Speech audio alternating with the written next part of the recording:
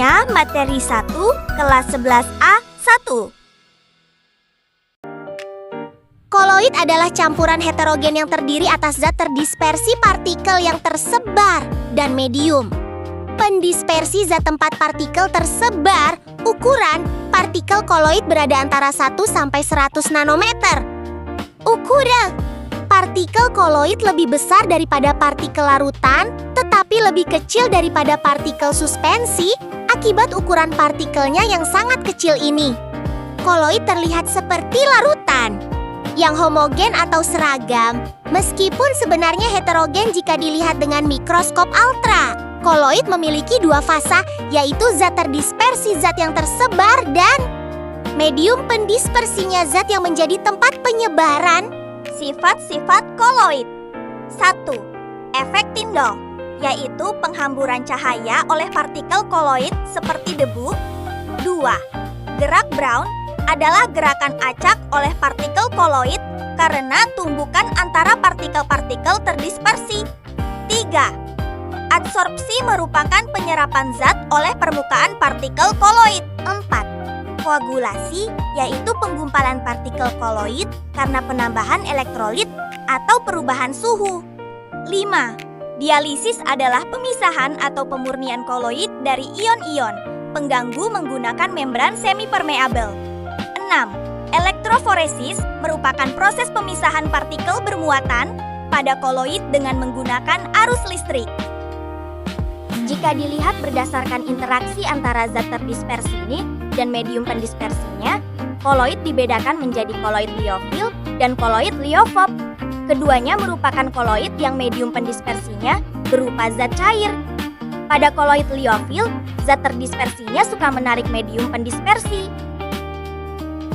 Sebaliknya pada liofob, zat terdispersinya tidak suka menarik medium pendispersinya. Sabun, agar-agar, kanji, dan deterjen adalah contoh dari koloid liofil. Sementara sol belerang, sol logam, dan sol besi 3 hidroksida adalah contoh dari koloid liofob. LKPD 1. Pembuatan karet dari getah. Nama: Nuril Novianti. Tujuan: mengubah cairan lateks menjadi karet mentah melalui tahapan penyadapan, penyaringan, dan penambahan asam.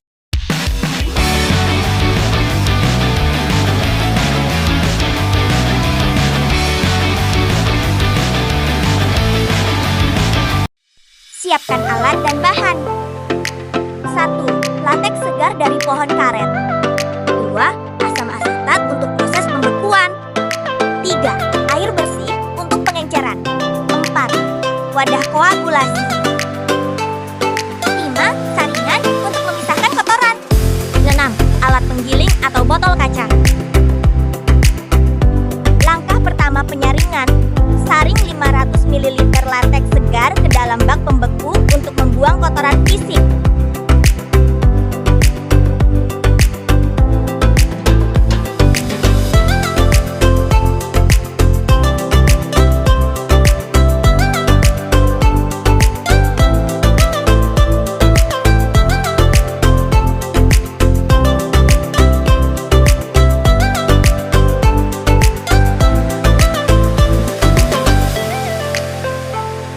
Kedua, tambahkan air bersih ke dalam lateks dengan perbandingan 2:1. 2 bagian lateks dan 1 bagian air.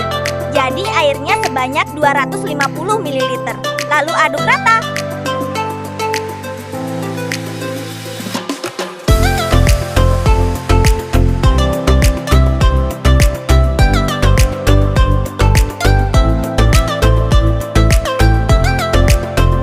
Langkah ketiga, pengasaman.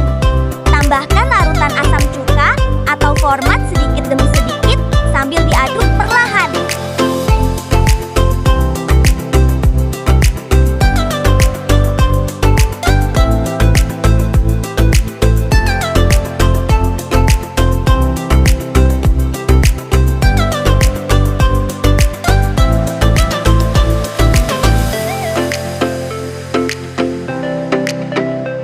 Langkah keempat, pemeraman.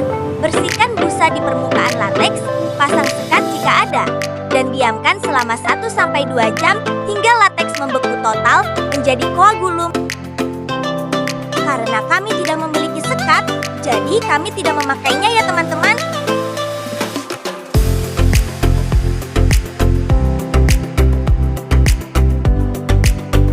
Langkah kelima, penggilingan. Keluarkan koagulum. Tekan dan giling menggunakan rolling pin atau botol secara bertahap untuk memeras keluar kandungan airnya hingga berbentuk lembaran tipis.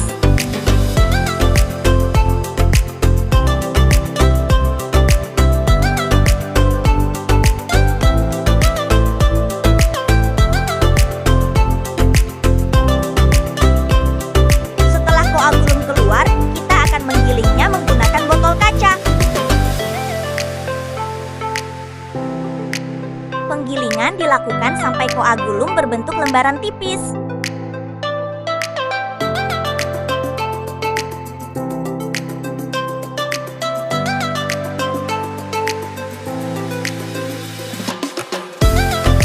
Langkah keenam yaitu pencucian dan pengeringan.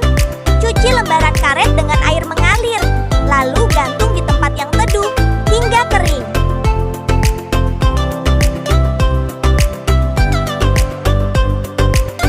Proses pengeringan. Lembaran karet tipis dikeringkan dengan cara digantung di tempat yang teduh, tidak terkena matahari hingga kering. Inilah hasil dari lembaran karet yang kita gantung hingga kering di tempat yang teduh. Untuk proses pengeringannya memakan waktu kurang lebih 1 hari. Kesimpulan.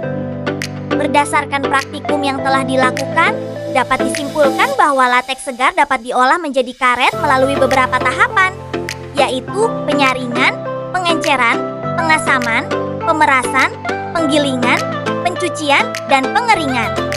Penyaringan berfungsi untuk menghilangkan kotoran dalam lateks, sedangkan pengenceran membantu memperoleh konsistensi yang sesuai. Penambahan asam, cuka makan, menyebabkan lateks menggumpal sehingga terbentuk gumpalan karet. Gumpalan tersebut kemudian diperas, digiling, dan dicuci untuk mengurangi kadar air serta membersihkan sisa asam dan kotoran. Tahap terakhir yaitu pengeringan, menghasilkan lembaran karet yang lebih kuat dan siap untuk diolah lebih lanjut. Praktikum ini menunjukkan bahwa proses koagulasi dengan bantuan asam sangat penting dalam pembentukan karet dari lateks. Kualitas karet yang dihasilkan dipengaruhi oleh ketepatan setiap tahapan proses, terutama kebersihan bahan, jumlah asam yang digunakan, dan proses pengeringan. Dengan demikian, pengolahan lateks yang baik dapat menghasilkan karet dengan mutu yang lebih baik.